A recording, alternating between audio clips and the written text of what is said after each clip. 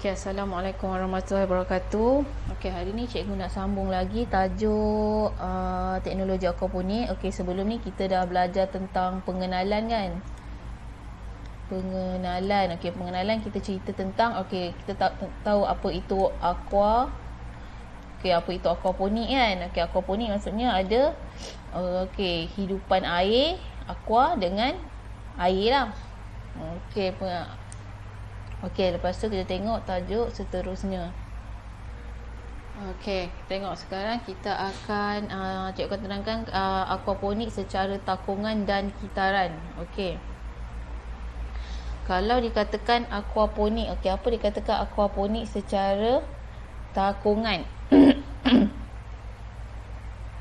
Okey, dia kata menggunakan kolam dan tangki atau bekas yang sama untuk ikan dan tanaman. Okey, dia kata bekas yang sama.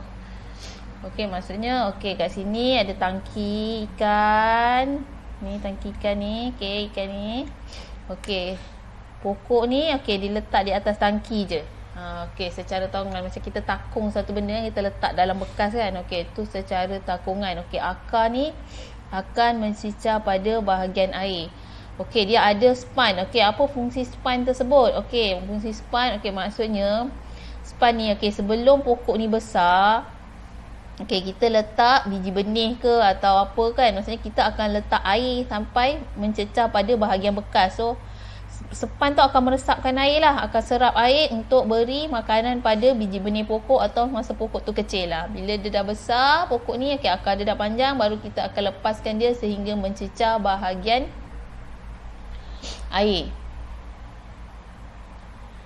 Okey, lepas tu kita tengok pula.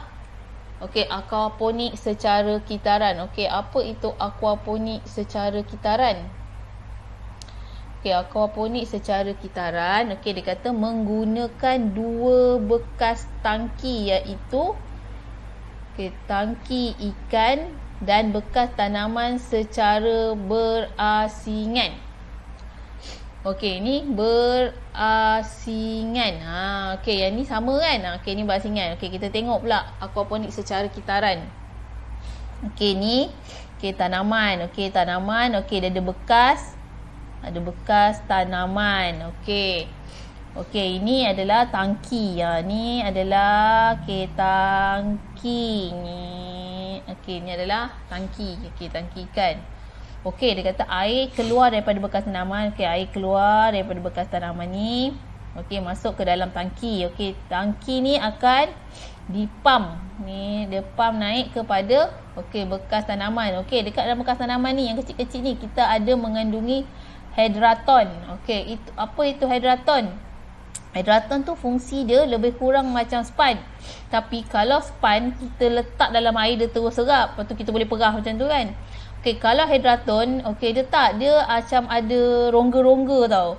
So dia akan menyerap lah masa air lalu ni, dia serap.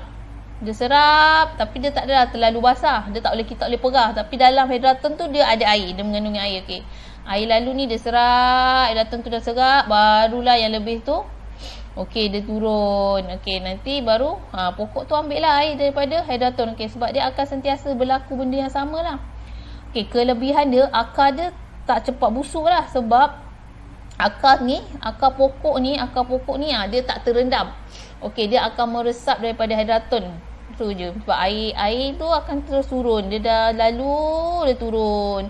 Dia naik, dia lalu, dia turun, dia naik. Macam tu lah fungsi dia. Okey, seterusnya kita masuk reka bentuk sistem aquaponik. Okey, apa reka bentuk sistem aquaponik yang ada?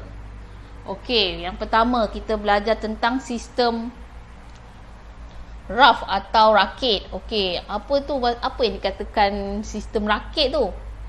Okey, dia kata sistem raft adalah tanaman yang diletakkan terus di atas permukaan air sehingga akar tanaman terendam dalam air. Okey, maksudnya sistem raft ni sama dengan sistem takungan lah. Okey, maksudnya dia letak pokok tu sehingga dia terendam. Kita tengok kejap gambar dia.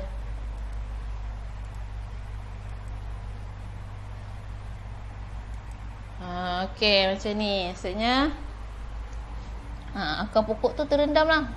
Dia pergi dekat ikan. Lepas tu dia pump naik ke atas. Kalau dia tak floating pun sistem RAF ni, maksudnya dia tak pusing, dia tak bekas yang berlainan pun boleh. Kita boleh letak dia dalam satu bekas yang sama, macam sistem takungan tu Okey, sistem RAF ni kita boleh buat dia macam sistem takungan. Okey. Dia kata lazimnya menggunakan styrofoam, sepan, okey, ataupun bahan yang sesuai untuk terapung. Maksudnya kita letaklah span ke apa untuk kita memberi resapan pada span tersebut, ada resap air tu. Okey, kelebihan sistem ini akar tumbuh. Okey, kelebihan dia, apa kelebihan dia? Tengok ni. Kelebihan dia, akar tumbuh boleh menyerap nutrien organik di dalam air secara langsung. Okey, maksudnya dia terus dapat daripada air. Okey, kalau macam kita tengok sistem kitaran tadi, dia tak terus dapat daripada air kan, dia ambil daripada aerator. Okey, ni kalau macam takungan dia terus dapat daripada secara langsung daripada air lah. Okey, ini menjadikan tumbuhan tumbuh lebih cepat berbanding dengan sistem lain. Okey, maksudnya pokok ni akan cepat lah, dia lebih cepat membesar. Dia akan cepat membesar. Semua benda ada kelemahan dan kekurangan dia lah masing-masing. Okey, kita tengok reka bentuk sistem aquaponik yang seterusnya. Okey, sistem EBB dan flow. Okey, apa itu dia katakan sistem EBB dan flow? Okey, sistem ini dikenali sebagai apa? Sistem pasang surut. Pasang surut maksudnya macam air pasang surut tu. Macam mana air pasang surut? Okey, air dia naik turun. Itulah dipanggilkan sistem pasang surut EBB dan flow ni. Okey, sistem ini berfungsi dengan menggunakan dia penggunaan alat menggunakan alat yang dipanggil loceng sifon. Okey, nak buat EBB dan flow ni mesti ada loceng sifon. Okey, mesti ada loceng sifon ni. Okey, alat ini mengalirkan air dari media penanaman bila air sudah memenuhi media penanaman. Okey, tengok. Loceng sifon bekerja dengan prinsip yang mirip dengan pelampung.